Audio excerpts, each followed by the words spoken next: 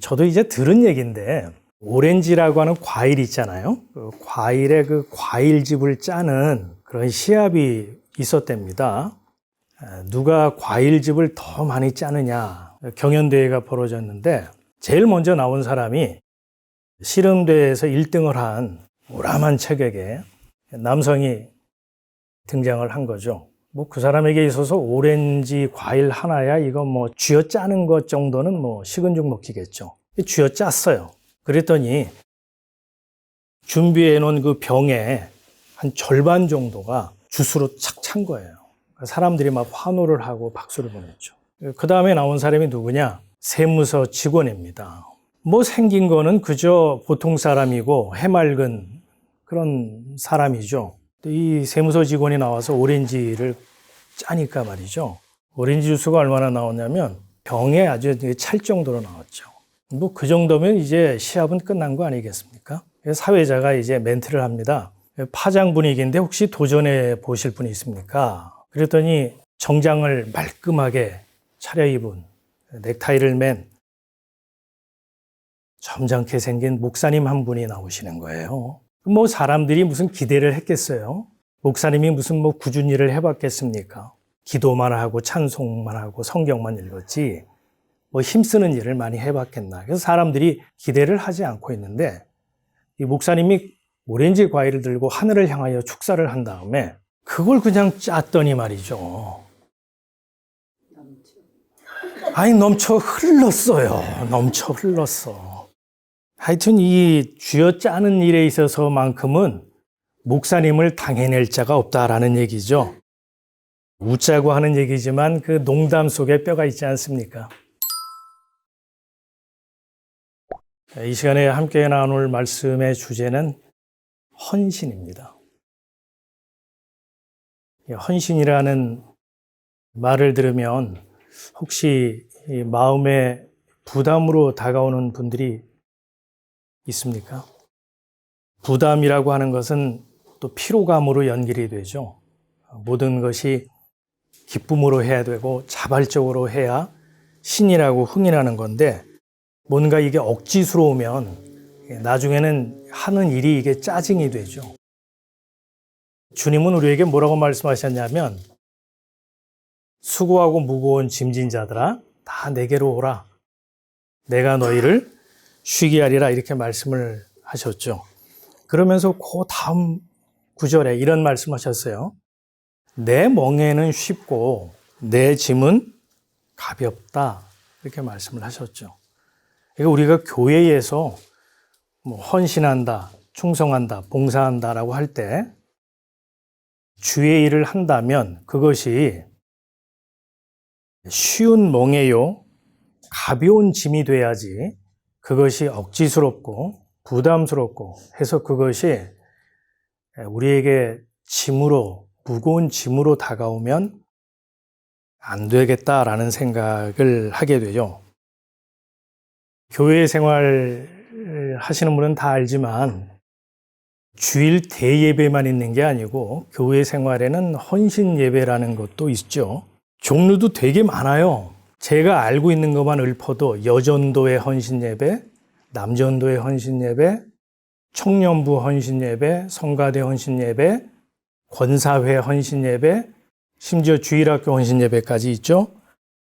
헌신 예배는 매년 드리고 전 교인을 대상으로 실시를 합니다. 왜 교회는 헌신 예배를 중하게 여기고 매년 드리는 걸까요? 교회의 원활한 운영과 교회의 성장을 위해서 우리가 타이어 새롭게 갈아 끼우고 한 번 더 열심히 뛰어보자. 그런 거죠. 이걸 신앙적인 용어로 표현을 하자면 주님의 은혜를 입어 구원을 얻은 자로서 주님을 위해서 죽도록 충성하고 봉사합시다. 그래서 몸 바치고 시간 바치고 물질 바치고 또 재능 기부까지 해서 교회 일 열심히 하자는 거죠.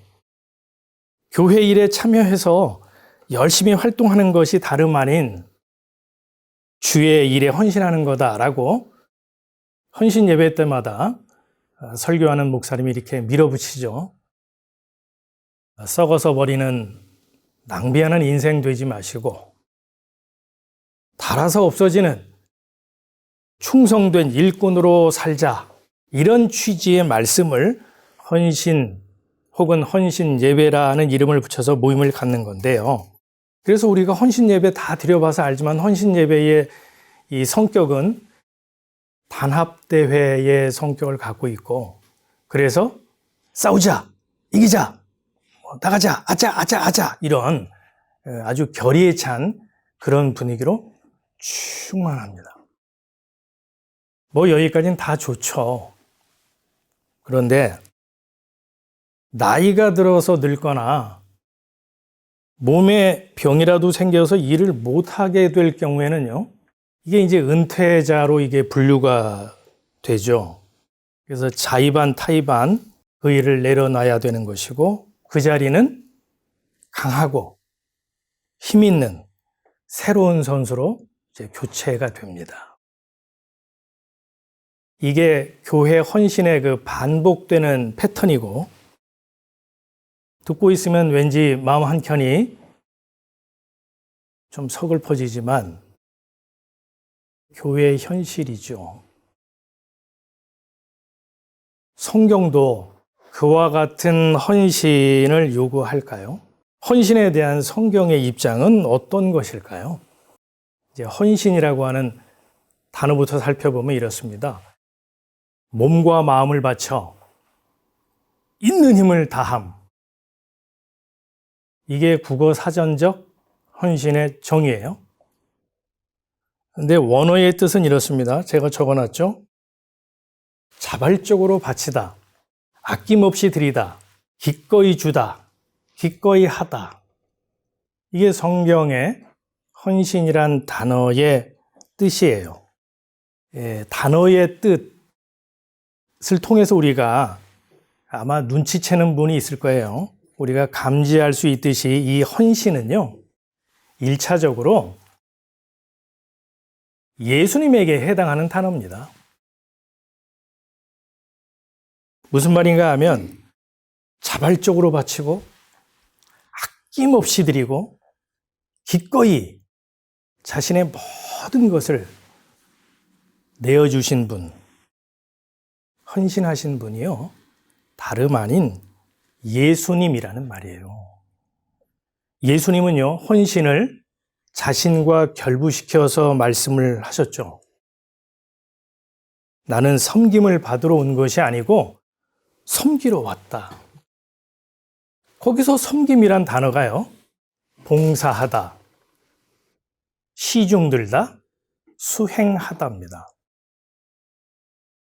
우리는 주님을 위해서 뭔가를 찾고 주님을 섬기고 주님께 뭔가를 바치고 주님을 위해서 내가 뭔가를 하고, 근데 주님은 아니야, 내가 너를 섬기러 왔어.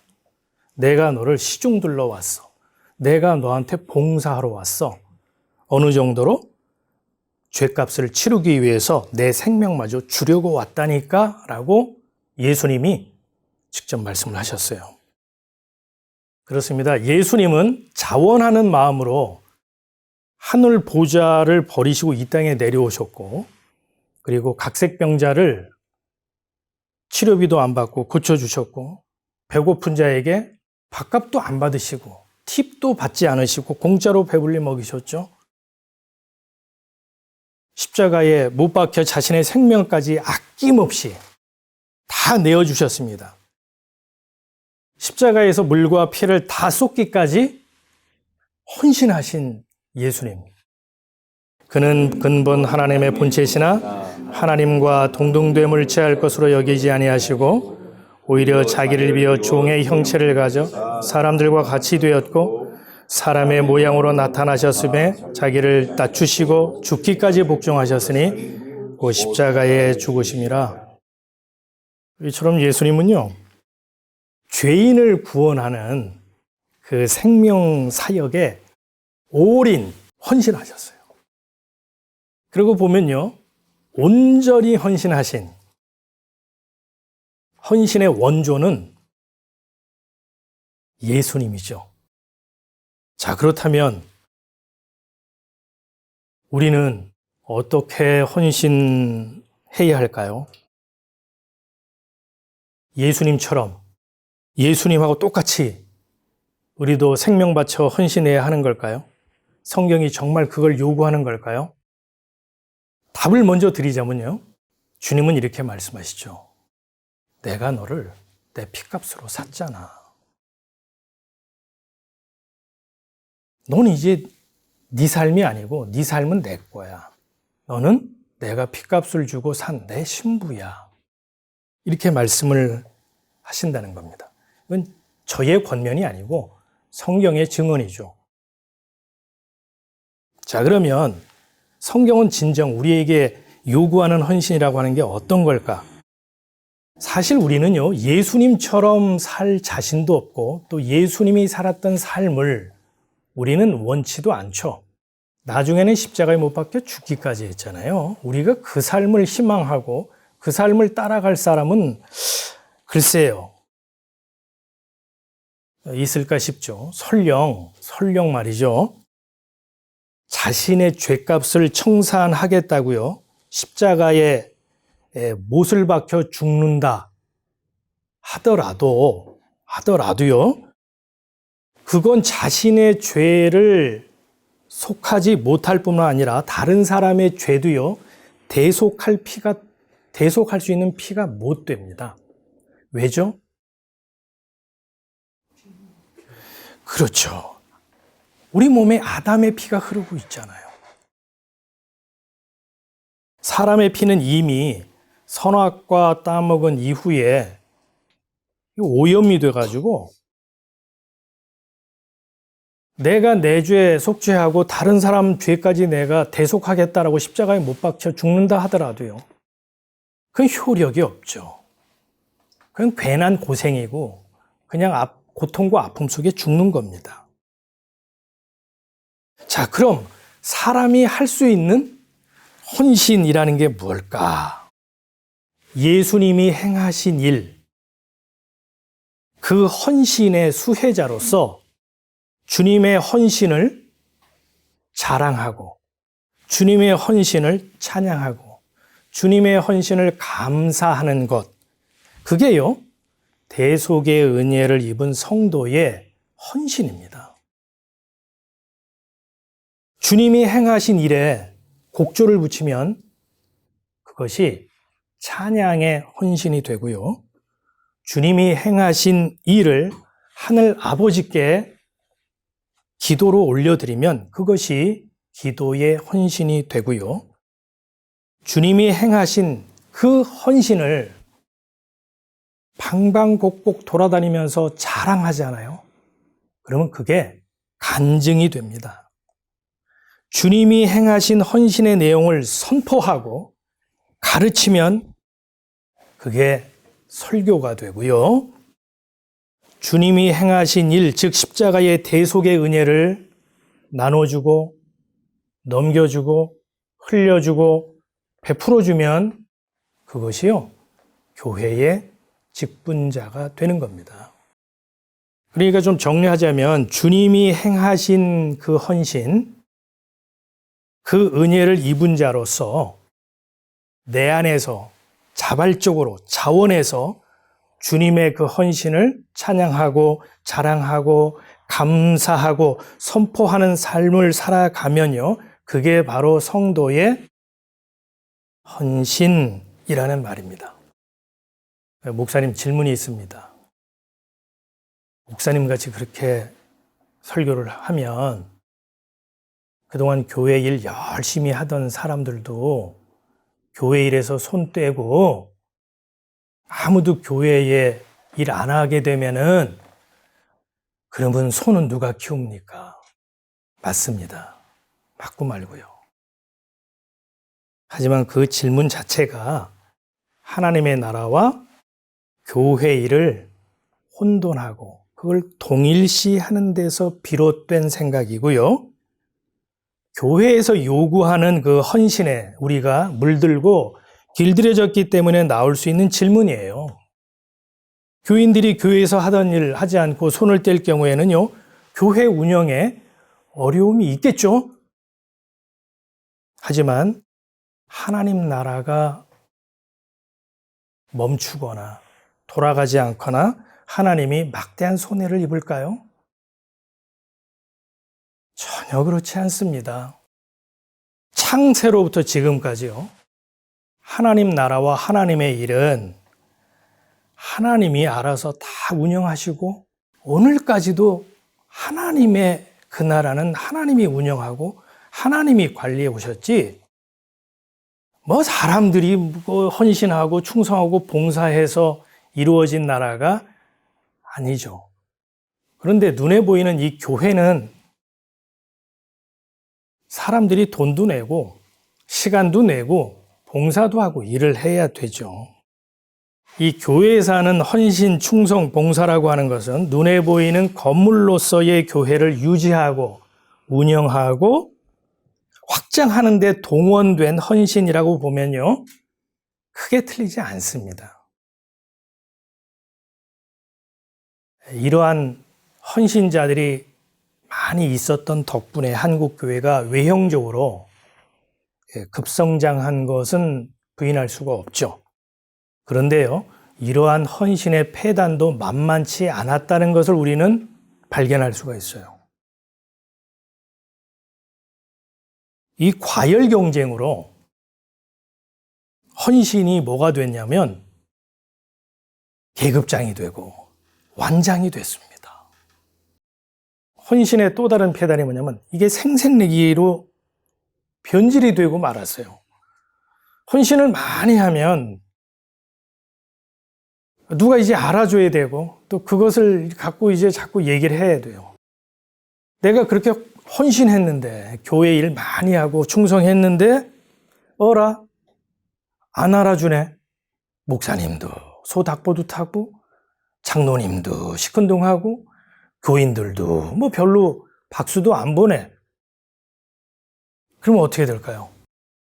섭섭이가 들어옵니다. 사람이라는 게 참 희한하죠. 섭섭이가 들어와서 시험에 들고요. 또 시험에 드는 걸로 끝나면 좋은데 그게 교회 분쟁에 불시로 작용을 하는 경우가 많죠. 그런 걸 지금 우리가 교회의 싸움과 분쟁 속에서 오늘도 우리가 확인하는 거잖아요. 교인들이 교회 일에 손 떼면 손은 누가 키우나? 주차 관리는 누가 하고? 식당 주방 일은 누가 하나? 걱정할 필요가 없어요. 저는 그렇게 생각을 합니다. 자원하는 마음으로요, 자발적으로 헌신 봉사하는 사람들이 있고요, 그 수가 많지는 않지만 하나님이 그 남겨놓으신 분들이 있더라고요. 신비죠. 하나님이 자원해서 헌신할 자를 만약에 남겨놓지 않았다면요, 목사가 하면 됩니다. 목사가 힘이 없어서 그 일을 못하게 되잖아요. 그러면 식당 일이나 주차장을 축소하거나 다른 곳으로 대체하면 됩니다. 교회가 진짜 해야 할 일, 교회의 사명이 뭐냐면요, 주님이 이렇게 말씀하셨어요. 내 아버지께서 이제까지 일하시니 나도 일한다. 요한복음 5장 17절이죠. 자, 예수님이 말씀하신 나도 일한다. 여기서 일이란 무슨 일일까요? 무슨 취지에서 말씀하신 일인지 교회와 성도는 유념할 필요가 있겠죠. 교회가 정한 헌신은요, 일정한 나이가 되면은 손을 놔야 해요. 만 70세가 되면 목사, 장로, 권사 은퇴하죠. 이 교단마다 차이가 약간씩 있긴 하지만요, 대체로 교회법이 그렇게 돼 있어요. 고집 부리고 또 나 죽을 때까지 나 강단 지키다 갈 거야 라고 하는 그런 목사님들도 저는 간혹 보긴 봤습니다만, 교회법에 따르자면요, 우리의 헌신은 70세가 되면 내려놔야 되고, 또 교회가 요구하는 헌신이라고 하는 것은요, 몸이 아프거나 병이 들면요, 헌신하고 싶어도 헌신할 수가 없어요. 예수님의 십자가 대속의 은혜를 입은 자의 헌신은요, 정년도 없고 은퇴도 없어요. 주님이 행하신 그 헌신을 찬양하고 감사하고 그 은혜, 그 사랑을 나눠주고 넘겨주고 베풀어주고 흘려주는 그 헌신이라고 하는 것은요, 나이 들고 돈 없고 힘 없고 기부할 재능이 없어도 얼마든지 가능한 겁니다. 그거는 내 안에서 흘러나오기 때문입니다. 구약 사사기에 보면 헌신이라는 단어가 5장인가에 몇 차례 나와요. 헌신이라는 단어 앞에 수식어가 붙어 있어요. 즐거이 헌신, 즐거이 헌신. 그 즐거이가 자발적으로 아낌없이 기꺼이라는 그런 뜻이에요. 그래서 참된 헌신은요, 포도나무에 붙은 가지에서 포도 열매가 자연스럽게 맺히는 것과 같습니다. 오렌지 과일 쥐어짜가지고 발생하는 그런 인위적인 과일즙 같은 것이 아니에요. 헌신합시다. 헌신하세요. 이런 권유와 당부에 의한 헌신은요, 이 쥐어짠 그 과일즙처럼 인위적이고 부득이함으로 할 수밖에 없어요. 거기에는 부담은 피로감, 피로감은 짜증으로 연결이 되죠. 그 짜증마저 목사님이나 교회가 달래주지 않으면 제가 앞서 얘기했던 것처럼 원하지도 않았는데 섭섭이라는 게 들어와서 나를 충만히 채우죠. 그때부터는 뭐 교회 일이 아니라 교회를 떠나게 되는 겁니다. 우리가 각자 살필 것은요, 나는 정말 예수님의 헌신을 값없이 받은 자인가? 그걸 점검해야 돼요. 그리고 그 주님의 헌신이 정말 나에게 감격과 감당할 수 없는 기쁨으로 다가오는가를 질문해 봐야 된다는 거예요. 예수님의 그 헌신으로 인하여 내가 헌신의 수혜자로서 감당할 수 없는 기쁨과 감사와 기쁨이 몰려오는 그 사람에게서 나오는 헌신은요, 요구된 헌신도 아니요, 체면에 따른 헌신도 아니요, 상급을 바라는 헌신도 아닌 마음에서 자연스럽게 흘러나오는 흥겨운 콧노래, 신바람 같은 것이 됩니다. 이 은혜가 여러분과 저의 인생에서 충만하기를 주님의 이름으로 기원합니다. 아멘.